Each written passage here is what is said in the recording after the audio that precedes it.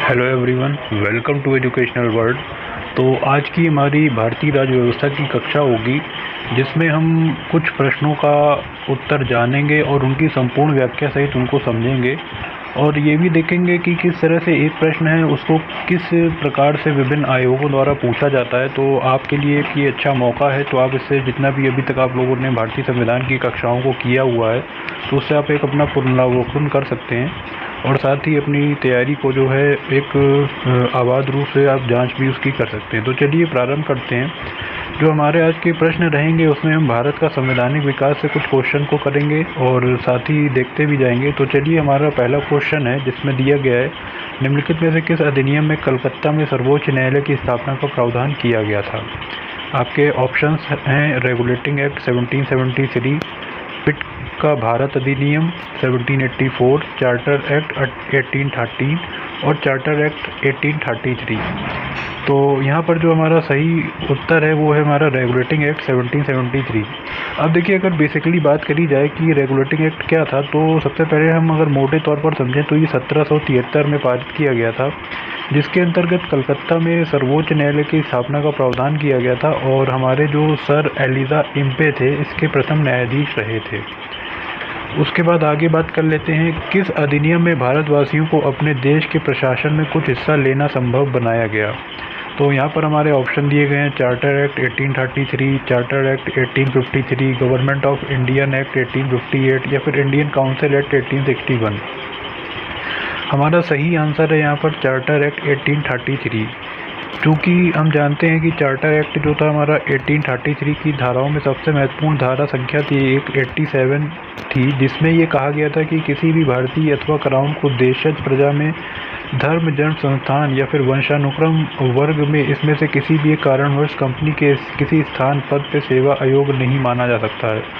तो कालांतर में जो है राजनीतिक आंदोलन में 1833 एक्ट में भी यह धारा प्रशासन में भागीदारी हेतु मुख्य आधार जो है इसका बना लिया गया था।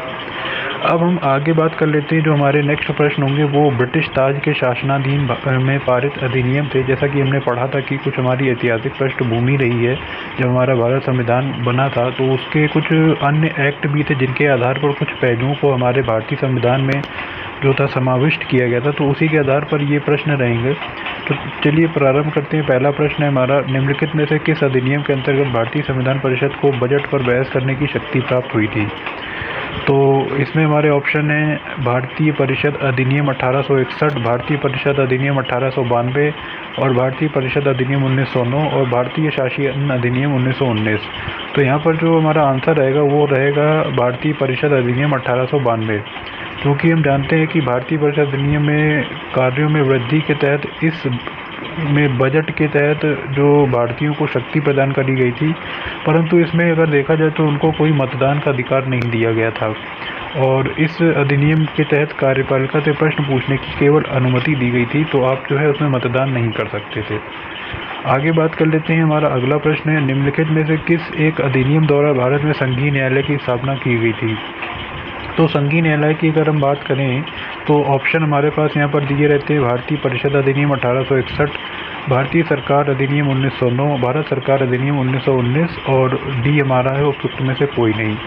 तो सबसे पहले जो हमारा यहाँ पर करेक्ट आंसर है उनमें से कोई नहीं है। अगर हम इसके वास्तविक आंसर की ओर बात करें तो जो हमारा भारतीय संघ न्यायालय की स्थापना हुई थी वो 1 अक्टूबर 1937 में हुई थी, और ये भारत सरकार अधिनियम 1935 में दी गई थी।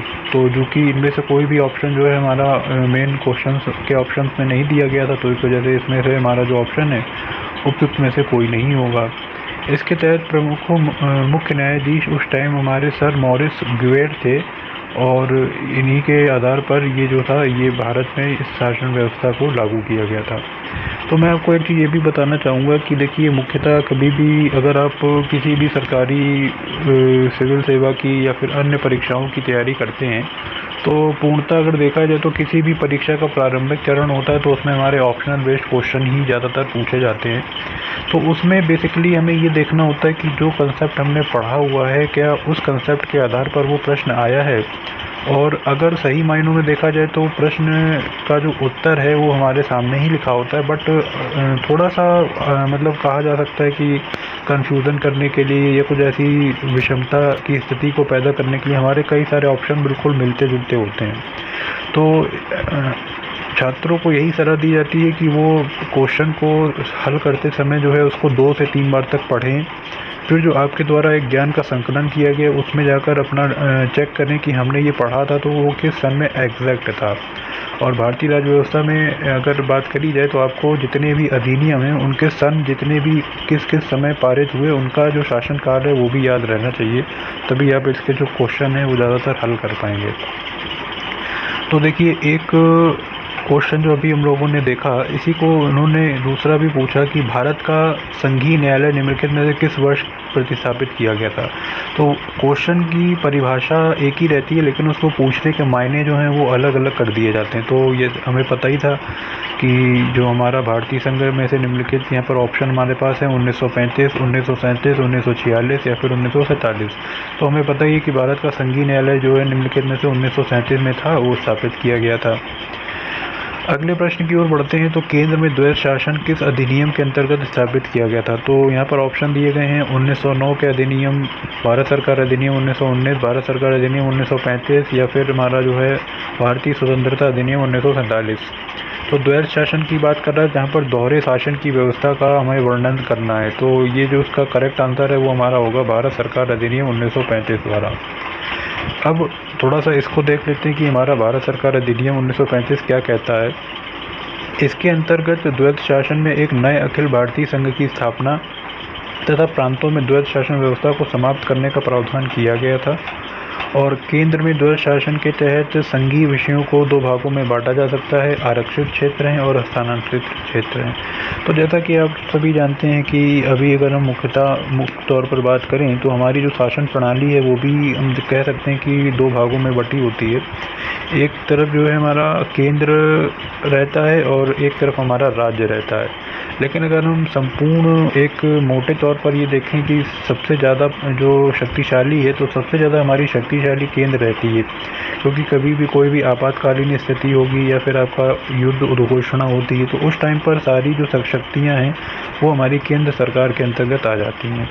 तो ये किसका परिणाम था? ये परिणाम था हमारा भारत सरकार अधिनियम 1935 का। आगे बात कर लेते हैं निम्नलिखित में से किस अधिनियम में द्वैध शासन प्रणाली को स्थापित किया गया। तो देखिए वही प्रश्न था, उसको घुमा के इन्होंने दोबारा से पूछ लिया। तो इसका उत्तर आप लोगों ने पढ़ ही रखा था अभी, भारत शासन अधिनियम 1935 में। और अगर मैं इस प्रश्न की बात करूं तो ये एक बार प्रश्न हमारा यूपी पीसीएस प्री में 2008 में पूछा गया था और यही सेम प्रश्न हमारा यूपी पीएससी आरआई के एग्ज़ाम में 2014 में पूछा गया था। तो ये बहुत ज़्यादा इम्पोर्टेंट हो जाता है। अब अगला प्रश्न है, इसकी जो नीति रहेगी इसमें आपको कुछ कथन दिए गए होंगे। कथन के बाद आपको पूछा जाएगा कि कौन से कथन सही हैं या 2 सही हैं या 3 सही, तो आपको बताना होगा। तो प्रश्न मैं आपके लिए लाया हूँ, 1919 के भारत शासन अधिनियम में निम्नलिखित में से कौन सी प्रमुख विशेषताएं थीं। अब देखिए यहाँ पर क्वेश्चन मारा है कि 1919 में भारत शासन अधिनियम के निम्नलिखित में से कौन सी प्रमुख विशेषताएं हैं। तो सबसे पहले तो आपको ये पता होना चाहिए कि जो हमारा 1935 अधिनियम था उसके अंतर्गत क्या क्या प्रावधान दिए गए थे और मूलतः ये किस किस क्षेत्रों में जो था वो विशेष माना गया था। तो अगर आपको इसकी विशेषताएं पता होंगी तो आप ये क्वेश्चन को आसानी से हल कर लेंगे। अब बात कर लेते हैं जो कथन हमारे यहाँ पर दिए गए हैं कि प्रांतों में कार्यकारिणी सरकारों में द्वैध शासन की व्यवस्था। दूसरा दिया गया है मुसलमानों के लिए पृथक सांप्रदायिक निर्वाचन मंडलों के व्यवस्था में केंद्र सरकारों द्वारा विधायनी शक्ति का हस्तांतरण। और जो तीसरा हमारा है वो दिया गया है, इसी में आपको बताना है कि केवल 1, 2 या 3, केवल 1, 2, 3 या फिर 1, 2, 3। तो यदि हम यहाँ पर सही कूटों की बात करें तो हमारा पहला और तीसरा जो है वो सही होगा। और पहला की अगर हम बात करें तो प्रांतियों की कार्यकारिणी सरकार में द्वैध शासन की व्यवस्था हमारा 1919 के अधिनियम में प्रावधानित थी और साथ ही साथ केंद्र द्वारा प्रांतों को कुछ विधायनी शक्तियों का हस्तांतरण भी किया गया था। तो इसका थोड़ा सा और डिटेल में देख लेते हैं कि भारत शासन अधिनियम जो था हमारा 1919 ब्रिटिश संसद के पारित अधिनियम का था, जिसका उद्देश्य भारतीय शासन में भागीदारी को बढ़ाना था। इस अधिनियम में भारत सचिव जो थे उस टाइम के एडविन मॉन्टेग्यू थे एवं वायसराय लॉर्ड चेम्सफोर्ड के कार्यकाल में पारित किया गया था। तो देखिए यहाँ पर एक थोड़ा सा क्वेश्चन ये आता है कि हमारा वायसराय कौन होते थे और जो हमारे गवर्नर जनरल होते थे तो उनके मध्य भी कई बार अंतर पूछ लेता है। तो यहाँ पर अगर हम बात करें कि जो हमारे वाइसराय होते थे, तो यदि वो भारतीय रियासतों के तहत कार्य करने जाते थे तो वो वाइसराय कहलाते थे, और अगर वह अपने उस टाइम के अधीन शासन के अंतर्गत कोई कार्य करते थे तो वो वहाँ के लॉर्ड कहलाते थे। आगे बात कर लेते हैं। तो हमने ये जैसा कि देखा कि भारतीय सचिव उस टाइम के एडविन मॉन्टेग्यू थे और वायसराय थे लॉर्ड चैम्सफोर्ड के कार्यकाल में ये भारत शासन अधिनियम 1919 पारित किया गया था, और इस अधिनियम के द्वारा राज्यों में डुअल शासन की व्यवस्था भी स्थापना करी गई थी। ऐसे प्रत्येक राज्य में प्रशासन को 2 श्रेणियों में बांटा गया था, आरक्षित एवं हस्तांतरित।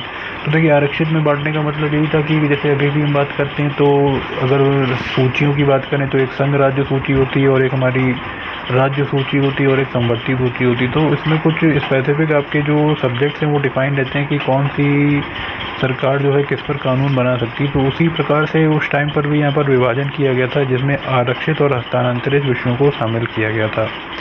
और इस प्रकार हस्तांतरित किए गए विषयों के संबंध में प्रांतों को विधायनी शक्तियों को हस्तांतरण भी किया गया था। और यदि जहाँ तक हम मुसलमानों के लिए पृथक सांप्रदायिक निर्वाचन व्यवस्था का प्रश्न की बात करें तो ये प्रावधान 1919 के अधिनियम में ही कर दिया गया था। और साथ ही 1919 अधिनियम में यह भी व्यवस्था जारी की गई थी, बल्कि इसे सिखों, यूरोपियों और भारतीय ईसाइयों, इंग्लैंड इंडियन के बीच में भी विस्तारित किया गया था। तो कुल मिला के हमने काफ़ी क्वेश्चंस को देखा। फिर आज के इस लेक्चर को हम यहीं पर समाप्त करते हैं और मिलेंगे आपसे अगले ऑडियो लेक्चर में। तब तक बने रहिएगा एजुकेशनल वर्ल्ड के साथ। आपका बहुत बहुत शुक्रिया, धन्यवाद, जय हिंद।